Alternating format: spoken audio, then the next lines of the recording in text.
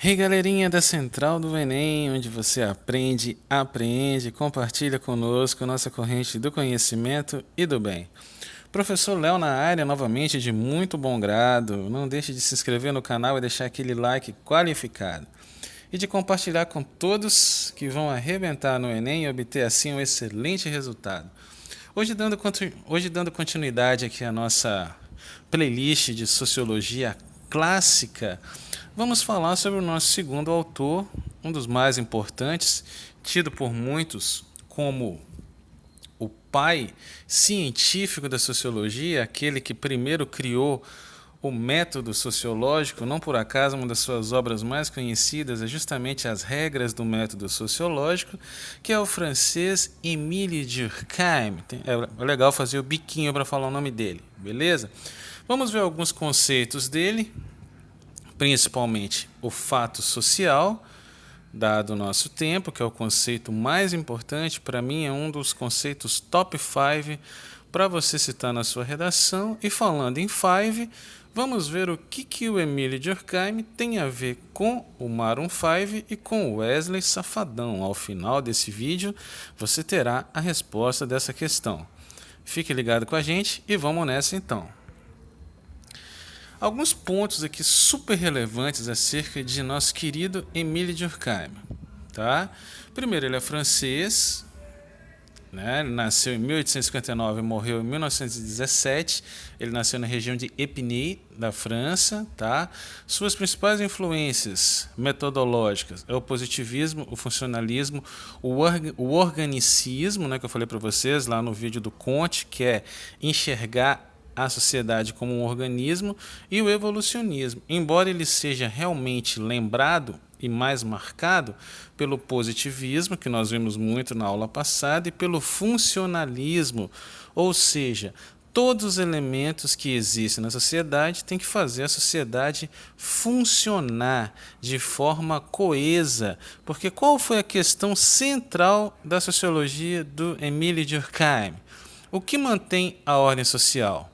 Então, ele prestou muita atenção na questão da coesão social, ou seja, o equilíbrio entre a estrutura e a integração social. Leis, normas e regras são dinâmicas e sempre necessárias. E aí ele vai dizer que a sociedade é mais importante que o indivíduo considerado isoladamente. Por quê? São os interesses da sociedade, principalmente da consciência coletiva, cujo conceito está bem aqui, bate o print logo aí, é que vai prevalecer. O que seria a consciência coletiva? A forma social vigente, que é o conjunto de regras sociais estabelecidas que atribuem valores. É um conjunto de regras e normas, né, principalmente as normas morais, porque ele vai dizer que a moral é o principal fato social, né, porque é importante para manter a coesão.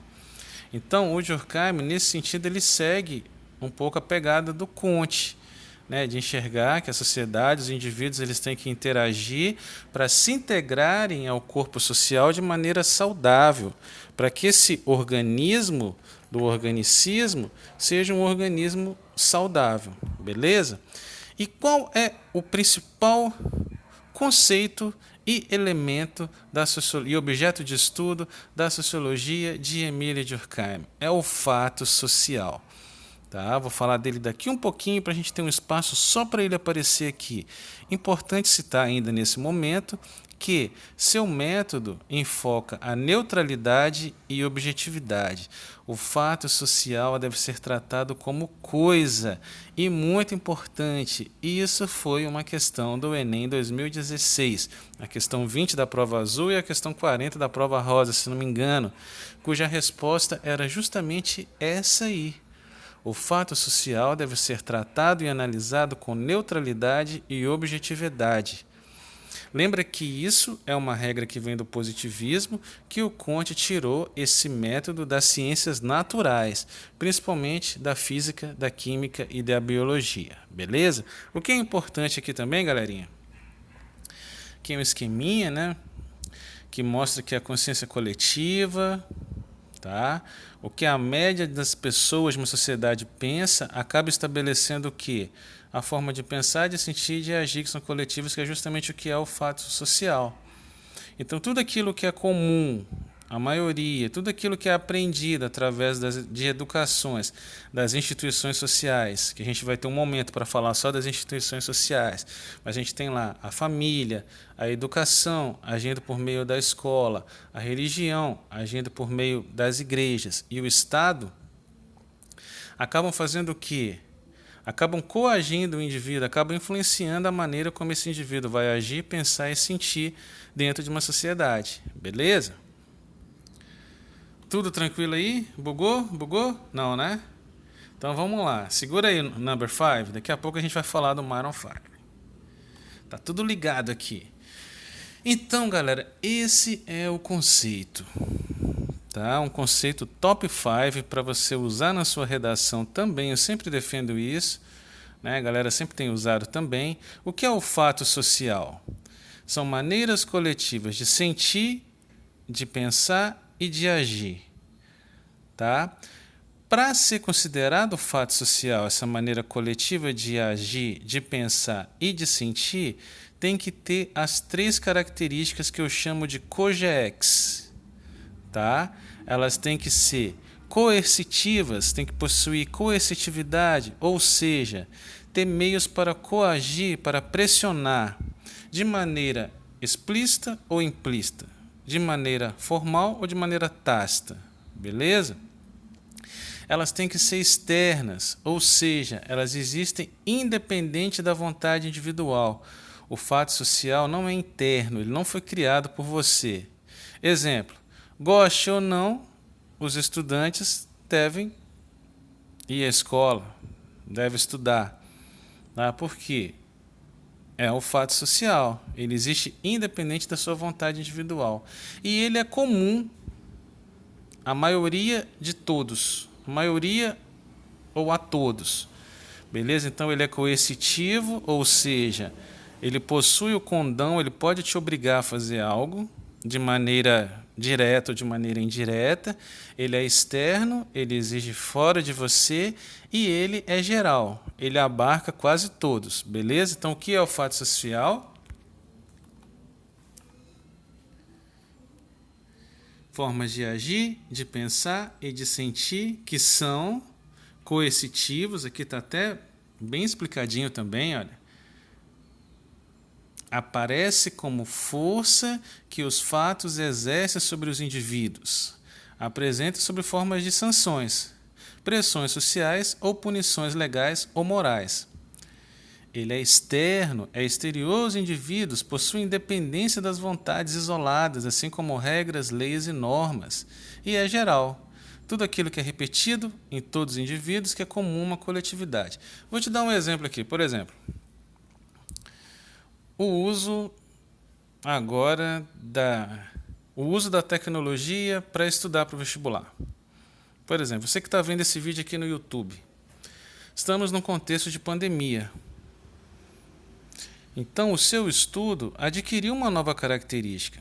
Você não pode se furtar de usar a tecnologia, porque ela acaba sendo coercitiva, ela acaba te pressionando. Mas não é aquela pressão legal. Ninguém vai te processar por não usar. Mas se você não utilizar, você vai perder algumas coisas. Vai perder aulas, vai perder cronogramas, enfim. Né? É externo? Sim. Existe fora dos indivíduos e independente das vontades isoladas. E é geral, principalmente nesse momento de pandemia, tem sido geral. Tem abarcado quase todo mundo. Tirando as dificuldades que algumas pessoas têm, né, de acessar, enfim, os problemas que cada pessoa apresenta. Beleza? Então, são formas de agir, de pensar e de sentir que apresentam como características a coercitividade, a exterioridade e a generalidade. E agora nós vamos dar o exemplo do casamento. E para falar do casamento, nós vamos falar do Maroon 5 e do Wesley Safadão. O que eles têm a ver com o fato social do Durkheim? Eu sempre gosto de dar o exemplo do casamento do fato social em sala de aula. Beleza? O casamento é um fato social? E aí a gente vai usar primeiro aqui imagens do vídeo do Maroon 5, da música Sugar, de 2014. Acho que vocês já viram esse vídeo. Quem não viu, ainda procura no YouTube, que é bem legal. Tá? Uma canção do Maroon 5, que Eles entraram, esse clipe ele foi gravado em 12 horas no final de semana de 2014, e a banda entrou em 5 casamentos onde o noivo sabia, e as noivas são pegas de surpresa no clipe. Então eles vão entrando no casamento, tocando, né? As noivas são fãs da banda e tal, assim, beleza. O casamento é um fato social, aí você tem que usar a regrinha do COGEX, beleza? Ele é coercitivo? Aí você para pensar, principalmente no caso das meninas aí que estão assistindo o vídeo, coloque depois no comentário.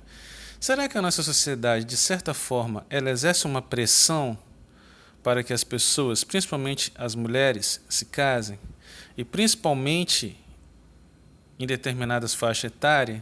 Quem nunca ouviu ou conhece alguém que já ouviu aquele comentário que as mulheres odeiam, e com razão?